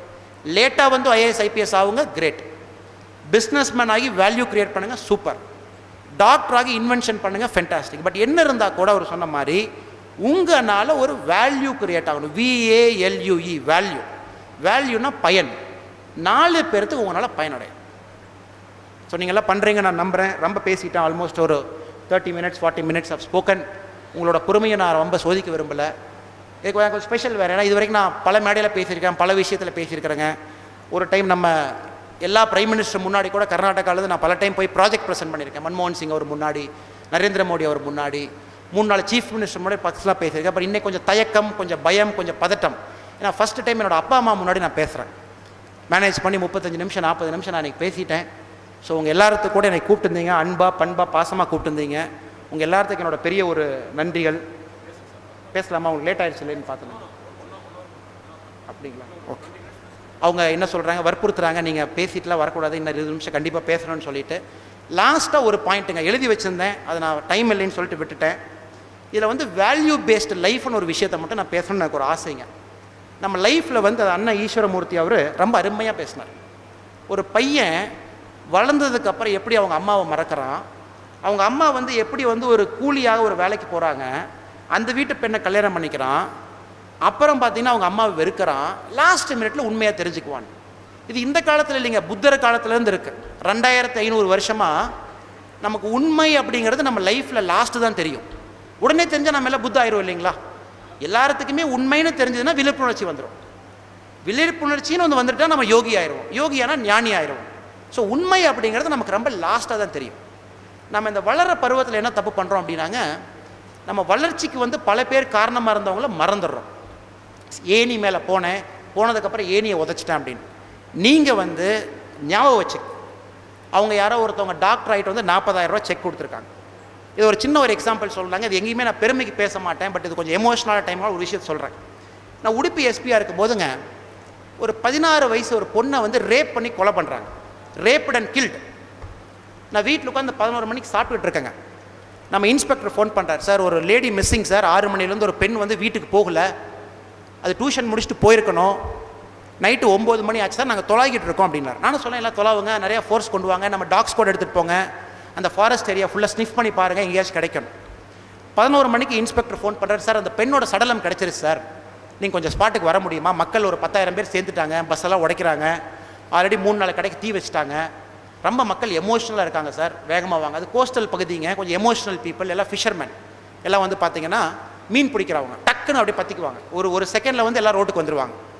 11 மணிக்கு என் வீட்டிலேருந்து கிளம்பி போகிறேன். நான் ஸ்பாட்டுக்கு போகும்போது ஒரு 12:45 1 மணி நைட்டுங்க. எல்லாம் வந்து என் காரை வந்து சுற்றி வளைச்சிட்டாங்க. கவர்மெண்ட் மேலே இருக்கிற கோவத்தை என் மேலே காட்டுறாங்க, என் கார் மேலே கல் எடுத்து அடிக்கிறாங்க, கவர்மெண்ட் காரை டேமேஜ் பண்ணுறாங்க. உடனே ஒரு 30-40 போலீஸ்காரங்க என்னை சுற்றி, என்னை ஒரு அரண் மாதிரி சுற்றி வெளியே கொண்டு வர்றாங்க. கல் வந்து வீசுகிறாங்க. மக்களுக்கு கோவம் தான் என்ன பண்ணுவாங்க, ஒரு இந்தியாவில் வந்து பார்த்தீங்கன்னா கல் எடுத்து வீசுவாங்க. ஜென்ரல் அவங்க கோவத்தை காட்டுறாங்க, ஏதோ நம்ம பொருள் மேலே கல் வீசுவாங்க, மேக்ஸிமம் கவர்மெண்ட் மேலே வீசுவாங்க. எங்கள் ஆளுகள்லாம் அந்த இது வச்சு, அந்த பேம்பு பேரிகேட்ஸ் வச்சு கவர் பண்ணி என்னை கூட்டிகிட்டு போகிறாங்க. நான் போய் கேட்குறேன், இந்த குரூப்போட தலைவர் யார், வாங்க பேசணும் அப்படின்னு. அது வந்து கார்வின்னு ஒரு கம்யூனிட்டி, ஒரு ஃபிஷர்மேன் கம்யூனிட்டி, நீங்கள் வாங்க பேசலாம் அப்படின்னு. மழை பெய்யுதுங்க, ஜோராக மழை பெய்யுது. ஒரு 3 தலைவன் வர்றான். ஃபஸ்ட்டு வந்த தலைவன் வந்து என்னை வந்து தகாத கெட்ட வார்த்தையில் என்னை திட்டுறாருங்க. ஒரு எஸ்பியா, ஒரு மாவட்ட ஆட்சியராக வந்து திட்டுறார், கேவலமாக திட்டுறார். நீ எல்லாம் என்ன, நீ ஒரு ஆஃபீஸரு, நீ எல்லாம் என்ன ஒரு போலீஸு, நீ எல்லாம் என்ன ஒரு கவர்மெண்ட்டு, எங்கள் ஊர் பொண்ணை இந்த மாதிரி ஒருத்தர் கொண்டுட்டு போயிருக்கான், நீ எல்லாம் ஒரு போலீஸ் ஆஃபீஸரா அப்படின்னு.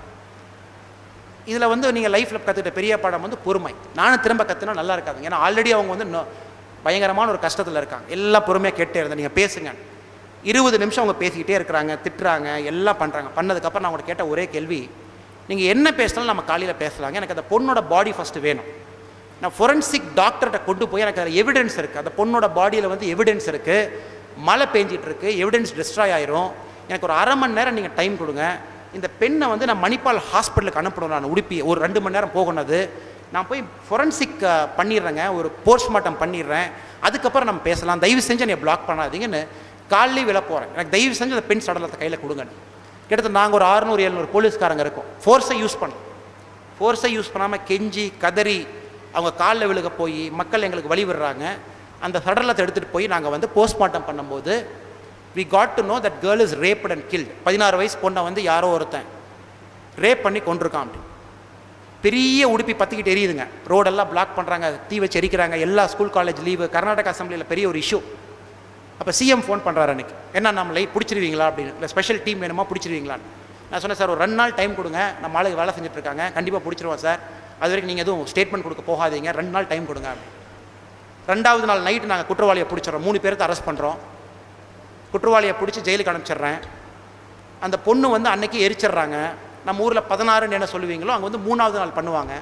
நான் அந்த பொண்ணோட வீட்டுக்கு போகிறேன், அம்மா உட்காந்துருக்காங்க. நான் நேராக போய் அவங்க அம்மா காலில் விழுகிறேன், அம்மா என்னை மன்னிச்சுக்குங்க, நான் தான் இந்த ஊரோட எஸ்பி, உங்கள் பொண்ணை யார் இப்படி பண்ணானோ நாங்கள் அரெஸ்ட் பண்ணி ஜெயிலுக்கு அனுப்பிச்சிட்டோம், எங்களோட கடமையை நான் செஞ்சுட்டேன் அப்படின்னாங்க. அந்த அம்மா என்கிட்ட கேட்ட கேள்வி, நீங்கள் உங்கள் கடமையை செய்யலை சார் அப்படின்னாரு. எங்கள் அம்மான்னு, நீங்கள் உங்கள் கடமையை செஞ்சீங்கன்னா என் பொண்ணை நீங்கள் திருப்பி அளவாக நீ கூட்டிகிட்டு வந்திருக்கணும். நீங்கள் வந்து பொண்ணை இந்த மாதிரி பண்ண குற்றவாளி நீங்கள் அரெஸ்ட் பண்ணி ஜெயிலுக்கு அனுப்பிச்சு வந்து கடமையை செஞ்சுட்டு எப்படி நான் ஒத்துக்குவேன் அப்படின்னா. எமோஷ்னல் தாய், எல்லா தாய்க்கு இருக்கிற எமோஷன் அது.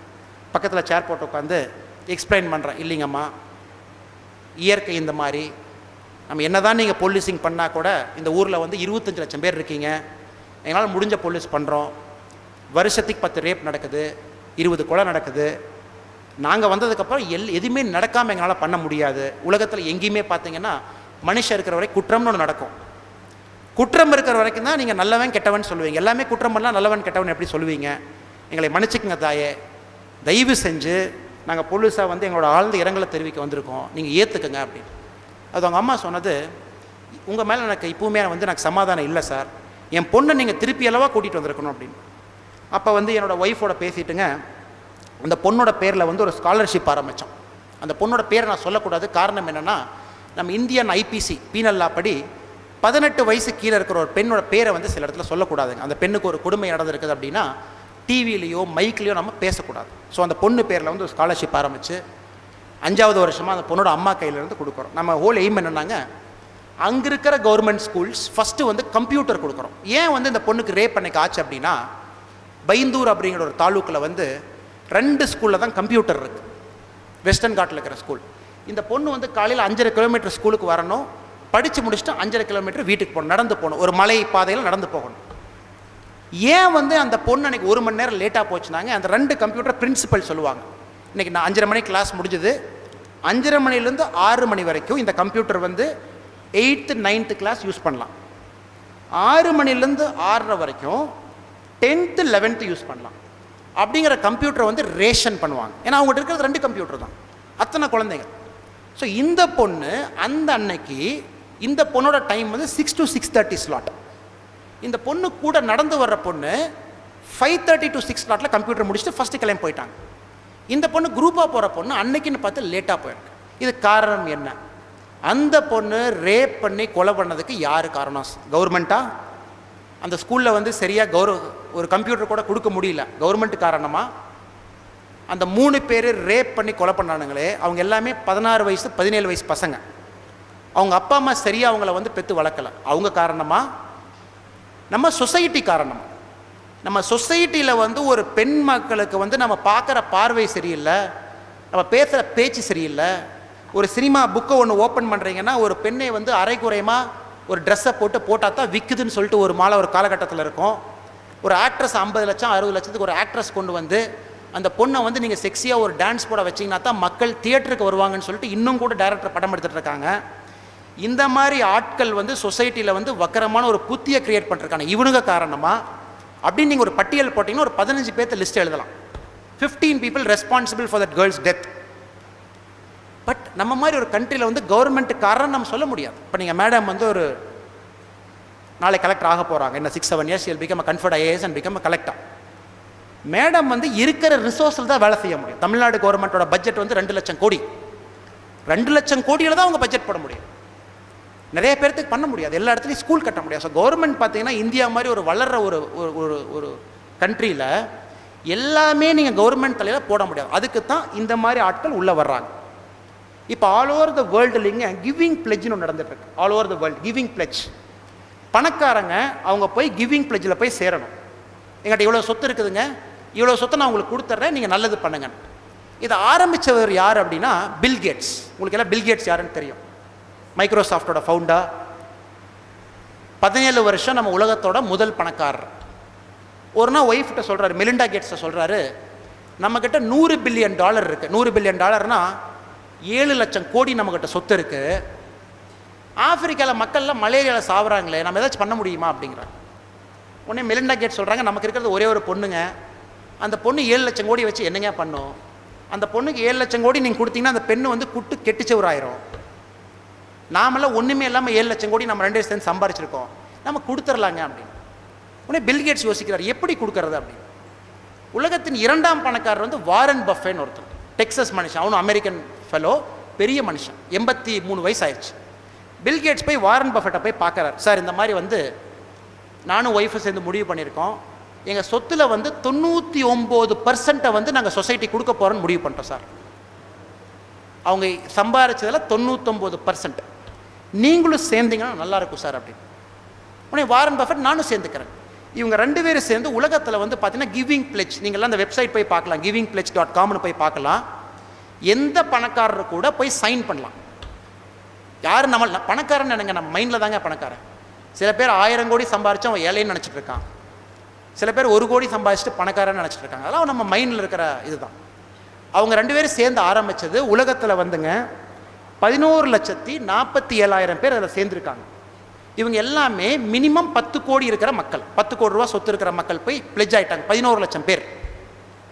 ஃப்யூச்சர் இன்னும் 10 வருஷம் 20 வருஷம் கழிச்சு பார்த்தீங்கன்னா சம்பாதிக்கிறது பெருமை கிடையாதுங்க, கொடுக்கறது தான் பெருமை.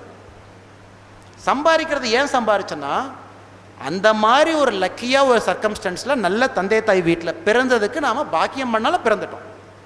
அப்பா அம்மா நல்லா சொத்து சம்பாரித்து நமக்கு அதை அப்படியே பிளேட்டு மேலே கொடுத்தனால சொத்து நமக்கு வந்துருச்சு. ஸோ தயவு செஞ்சு இங்கே இருக்கிற இளைய தலைமுறையினர் அவங்க சொத்து சம்பாதிக்கிறத நீங்கள் வித்தியாசமாக திங்க் பண்ணணும். எங்களை மாதிரி சம்பாரித்து லேண்டில் போட்டு லாக் பண்ணலாம், பெரிய பெரிய பில்டிங் கட்டி வாடகைக்கு விடலாம், பேங்க் அக்கௌண்ட்டில் போடலாம், கண்டிப்பாக வச்சுக்கோங்க. எப்போ உங்களுக்கு அது பூர்த்தி அடைஞ்சிருச்சுன்னு உங்களுக்கு அந்த ஃபீலிங் வருதோ போதும். 7 தலைமுறைக்கு சொத்து சம்பாரிச்சாச்சப்பா, 3 தலைமுறைக்கு சம்பாரிச்சாச்சுன்னு வந்த மேலே கொடுங்க.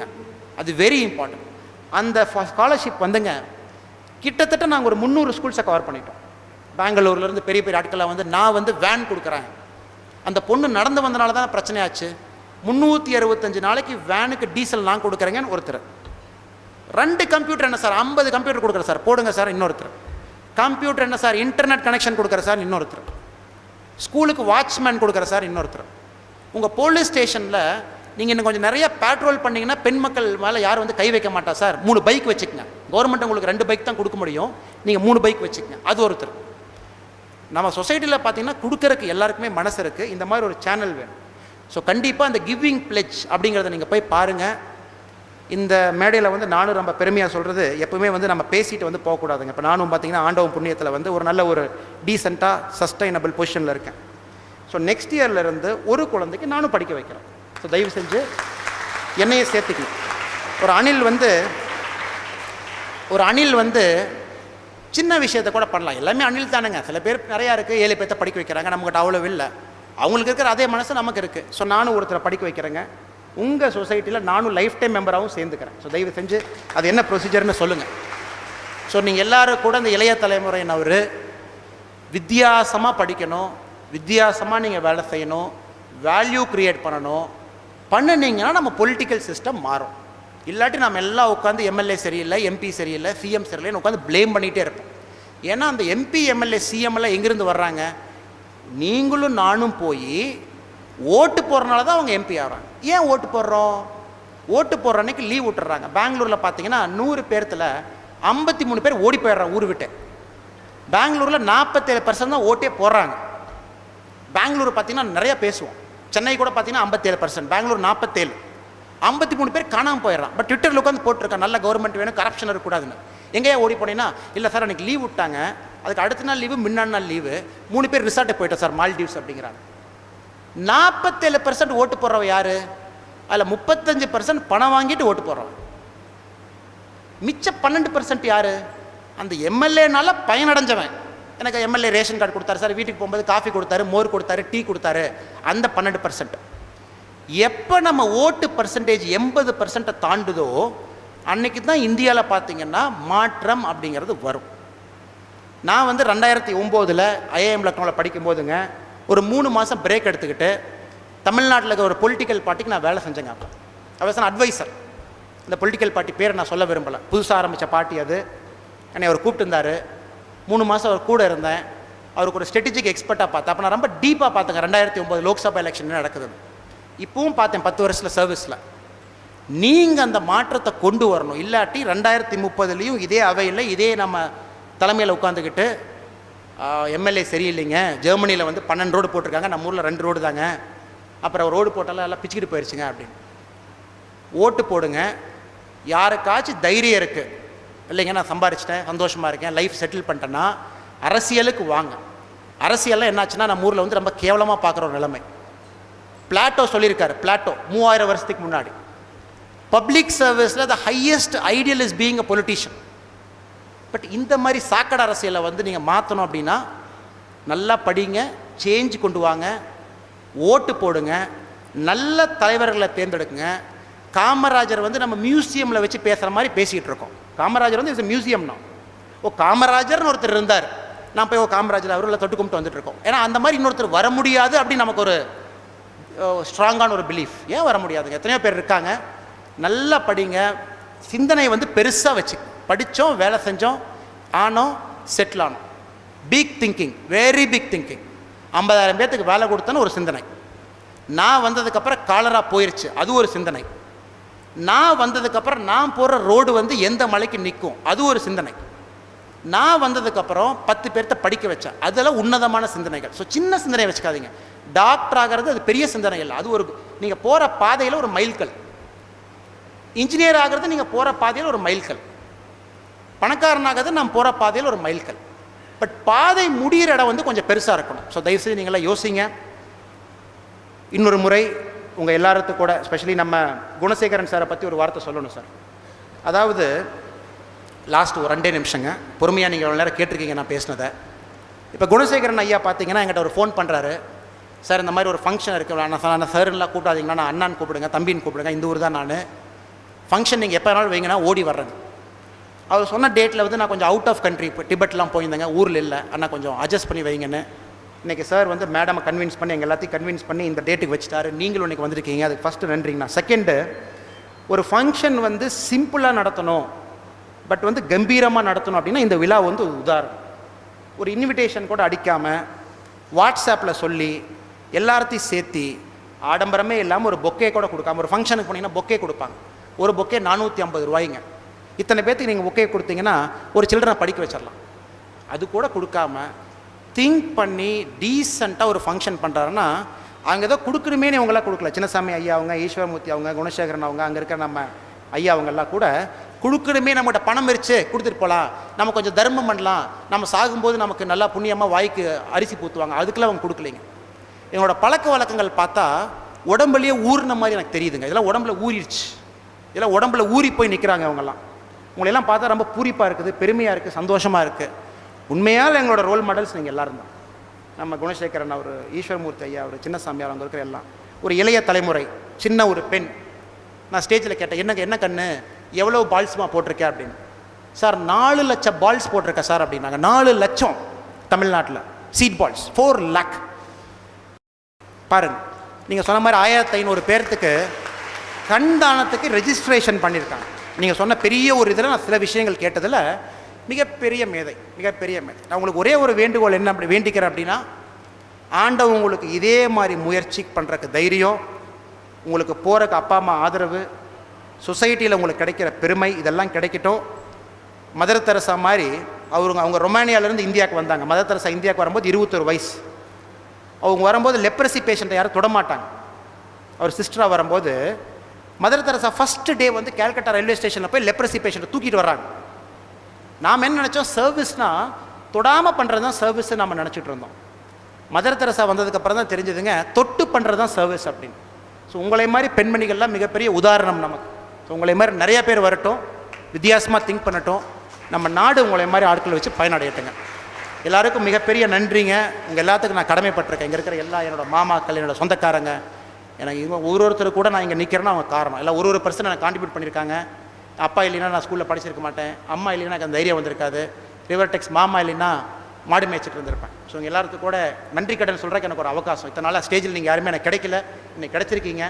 ஆண்டவன் நம்ம எல்லாருக்கும் நல்லது பண்ணட்டுங்க. Thank you so much.